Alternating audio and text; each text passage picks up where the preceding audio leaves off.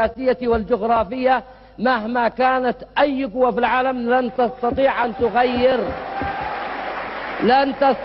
أن تغير الشعب اليمني وتنتقله من الخارطة السياسية في جنوب الجزيرة العربية إلى أي مكان آخر.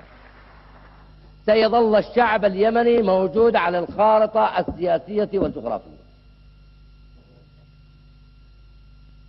الذي يعتقد أن هامات اليمنيين سوف تنحني لن تنحني إلا للخالق عز وجل.